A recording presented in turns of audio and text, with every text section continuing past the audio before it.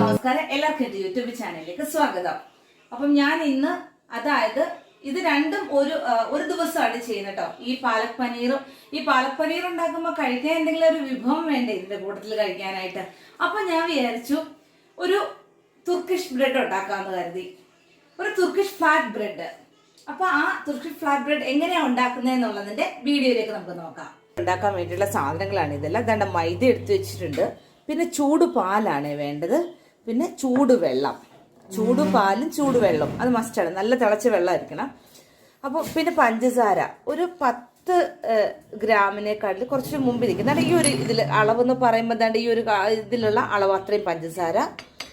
പിന്നെ ദാണ്ട് ഇത്രയും വെളിച്ചെണ്ണ എടുത്തിട്ടുണ്ട്. ഒലിവ് ഓയിൽ ഉണ്ടെങ്കിൽ ഒലിവ് ഓയിൽ എടുക്കുന്നതായിരിക്കും ഏറ്റവും നല്ല. ഞാനിപ്പോൾ വെളിച്ചെണ്ണയാണ് എടുത്തിരിക്കുന്നത്. പിന്നെ ദാണ്ട് ഈസ്റ്റ്, ഇത്ര ഈസ്റ്റ് എടുത്തിട്ടുണ്ട്. പിന്നെ ഉപ്പ് എടുത്തിട്ടുണ്ട്. അപ്പോൾ നമുക്കിത് എങ്ങനെയാണ് ചെയ്യുന്നതെന്ന് നോക്കാം. ഈ ഒരു പാത്രത്തിലേക്ക് ഞാൻ കുറച്ച് പാലൊഴിക്കുകയാണേ. കുറച്ച് പാലൊഴിച്ചു. എന്നിട്ട് ഞാൻ അതിലേക്ക് തന്നെ കുറച്ച് തിളച്ച വെള്ളവും കൂടി ഒഴിച്ചു. അതേ സെയിം ക്വാണ്ടിറ്റി തന്നെയാണ് ഞാനത് ഒഴിക്കുന്നത്. എന്നിട്ട് ഞാനിതിലേക്ക് ഈസ്റ്റ് ഇട്ടു. പിന്നെ ഞാനിതിലേക്ക് എടുത്തു വച്ചിരിക്കുന്ന പഞ്ചസാരയും ഇട്ടു. എന്നിട്ട് നമുക്കിതിനെ നന്നായിട്ടൊന്ന് ഇളക്കാം. കാരണം ചൂട് പാലിലേക്ക് ഈസ്റ്റ് ചെല്ലുമ്പോൾ പെട്ടെന്ന് അലിഞ്ഞോളും. അപ്പോൾ ഇതേണ്ട പഞ്ചസാരയും പാലും കൂടി നന്നായിട്ട് ഇതിലേക്ക് മിക്സ് ആയിരിക്കണം. അപ്പം ഞാൻ ആ എടുത്ത ഈസ്റ്റും പഞ്ചസാരയും പാലും അതേ അളവിൽ വെള്ളം എല്ലാം ചേർത്തിട്ടുണ്ടല്ലോ. അപ്പം ഇതിങ്ങനെ നമുക്കിതിനെ മാറ്റി വെക്കാം. ഇത് ഞാൻ പാത്രം എടുത്തു. ഈ പാത്രം എടുക്കുന്നതെന്ന് പറഞ്ഞാൽ നമുക്കിത് കുഴച്ചെടുക്കാൻ വേണ്ടിയിട്ടാട്ടോ ഞാൻ ഇങ്ങനൊരു പാത്രം എടുക്കണേ. ആ മൈദ ഞാൻ അതിലേക്ക് തട്ടിയിട്ടിട്ട് ഞാനിതിലേക്ക് ഇത് ഒഴിച്ചു കൊടുക്കുക ചെയ്യുന്നത്. പിന്നെ ഒഴിച്ചു കൊടുക്കുമ്പം അത് കുറവാണ്, മൈദ കുറവാണെന്നുണ്ടെങ്കിൽ നമുക്ക് ഇതിനകത്ത് വീണ്ടും ആഡ് ചെയ്യാമെന്നുള്ളൂ. പിന്നെ ചൂട് പാലാട്ടോ, കൈ തൊടാൻ ഇച്ചിരി ബുദ്ധിമുട്ടുണ്ട്. ആദ്യം ഞാൻ സ്പൂൺ കൊണ്ടൊന്ന് മിക്സ് ചെയ്യാം. ഇങ്ങനെ മിക്സ് ചെയ്യാനേ പറ്റുള്ളൂ, ഇല്ലെങ്കിൽ അല്ലാതെ കൈ തൊടാൻ ബുദ്ധിമുട്ടാണ് കേട്ടോ. ഞാനിത് ഫുൾ ഒഴിച്ച് കൊടുത്തിട്ടുണ്ട്. നമ്മൾ ചപ്പാത്തിക്കൊക്കെ കുഴക്കില്ലേ, അപ്പോൾ ആ ഒരു പരുവത്തിലേക്കാണ് നമ്മളിതിനെ ആക്കിയെടുക്കേണ്ടത്. ഞാൻ ആ സ്പൂൺ മാറ്റി വെച്ചു. അപ്പം ഞാനിത് നന്നായിട്ട് ചപ്പാത്തിൻ്റെ പരുവത്തിൽ നല്ല ഭംഗിയായിട്ട് ഞാനിത് കുഴച്ച് കാണിക്കാം കേട്ടോ. ഞാൻ ഉപ്പിടാനങ്ങ് മറന്നു കേട്ടോ. ഉപ്പ് എടുത്ത് വെച്ചാൽ ഉപ്പിടണം കേട്ടോ. ഉപ്പ് അതിന് മുമ്പ് പൊടിക്കകത്ത് തന്നെ ഉപ്പിടാൻ മതി. ഇപ്പം മമ്മിയെ കൊണ്ടാണ് ഞാൻ ഉപ്പ് ഇടിയിച്ചത്, അത് മറന്നു പോയതാ കേട്ടോ. അപ്പോൾ എന്നിട്ട് വേണ്ട പിന്നെ ആ എണ്ണയും കൂടി അതിലേക്ക് മിക്സ് ചെയ്തു. നമ്മൾ എടുത്ത് വെച്ചിരിക്കുന്ന എണ്ണയും കൂടി മിക്സ് ചെയ്തു. അപ്പോൾ ഇനി ഇത് നന്നായിട്ട് ഞാൻ കുഴച്ച് പരുന്ന. അപ്പോൾ ഉപ്പിൻ്റെ കാര്യം മറന്നു പോകരുത്. പൊടിക്കകത്ത് തന്നെ പൊടി കുഴയ്ക്കുന്നതിന് മുമ്പ് തന്നെ ലേശം ഉപ്പിട്ടേക്കുക.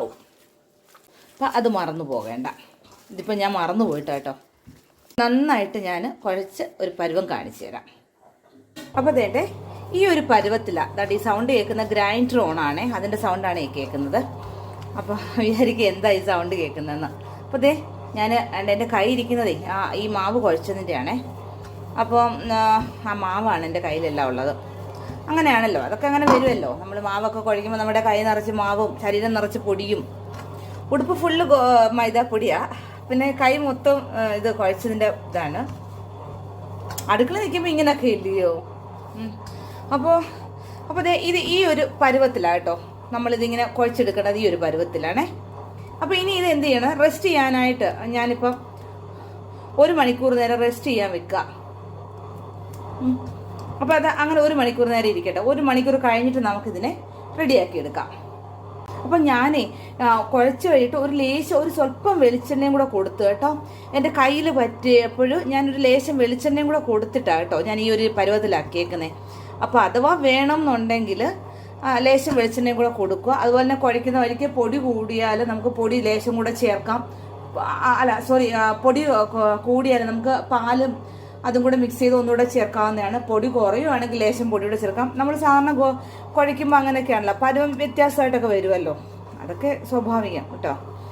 അപ്പോൾ ഇതെല്ലാം നോക്കി വേണം നമുക്ക് ചെയ്യാൻ. അപ്പോൾ ഈ ഒരു പരുവാണെന്നുള്ള കാര്യം, കാരണം നമുക്കിത് പരത്തിയെടുക്കണമല്ലോ. അപ്പോൾ ഈ ഒരു പരുവത്തിലാക്കി മാറ്റിയിട്ട് നമുക്കിതിനെ 1 മണിക്കൂർ നേരത്തേക്ക് നമുക്ക് ഇതിനെ ഇങ്ങനെ അടച്ച് റെഡിയാക്കി നമുക്ക് വെക്കാം. അപ്പോൾ വേണ്ട ഞാനിങ്ങനെ ഒരു പാത്രം കൊണ്ട് ഇങ്ങനെ അടച്ച് വെച്ചിട്ടുണ്ട്. നമുക്ക് 1 മണിക്കൂർ കഴിഞ്ഞിട്ട് നമുക്ക് നോക്കാം. അപ്പോൾ എല്ലാത്തിനും ഞാൻ ഓരോ ഉരുളകളാക്കി ഈ രൂപത്തിലാക്കി വെച്ചു. അപ്പോൾ ഇനി ഞാൻ ഇച്ചിരി മയം കൊടുക്കുകയാണ്, കാരണം മാവ് പിടിക്കാതിരിക്കാൻ വേണ്ടിയിട്ട്. എന്നിട്ട് ഞാൻ ഇതിനെ ഇങ്ങനെ ഒന്ന് ഉരുട്ടിയെടുക്കുകയാണ് ചെയ്യുന്നത്. നല്ല റൗണ്ട് വട്ടത്തിൽ തന്നെ പരത്തിയെടുക്കാൻ ശ്രമിക്കുക. എനിക്ക് റൗണ്ട് ഒന്നും വരത്തില്ല കേട്ടോ.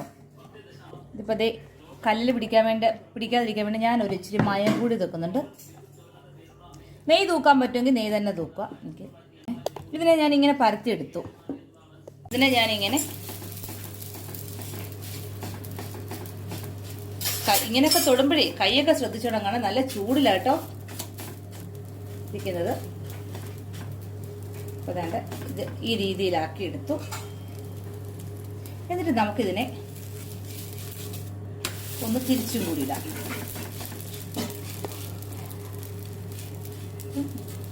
ഇത് ഞാൻ ഒന്ന് തിരിച്ചു ഇട്ട് നമുക്കൊന്ന് റെഡിയാക്കി എടുക്കാം കേട്ടോ. അതാണ്ട് ഇത് റെഡി ആയിട്ടുണ്ട്.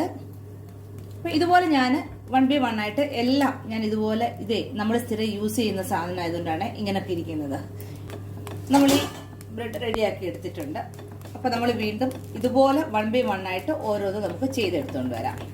അപ്പോൾ വേണ്ടേ നമ്മൾ ഓരോന്ന് റെഡിയാക്കി വെച്ചതിലേക്ക് നമ്മൾ നെയ്യ് തൂത്തു. എന്നിട്ട് കുറച്ച് കുരുമുളക് പൊടിയും കുറച്ച് മല്ലിയിലയും കൂടി ഇങ്ങനെ തൂക്കിയേക്കുക. ഓരോന്നിൻ്റെയും പുറത്ത് ഇതുപോലെ നെയ്യൊന്ന് തൂക്കിയിട്ട് ഇങ്ങനെ കുറച്ച് മല്ലിയിലയും കുറച്ച് കുരുമുളക് പൊടിയും കൂടി വിതറുക.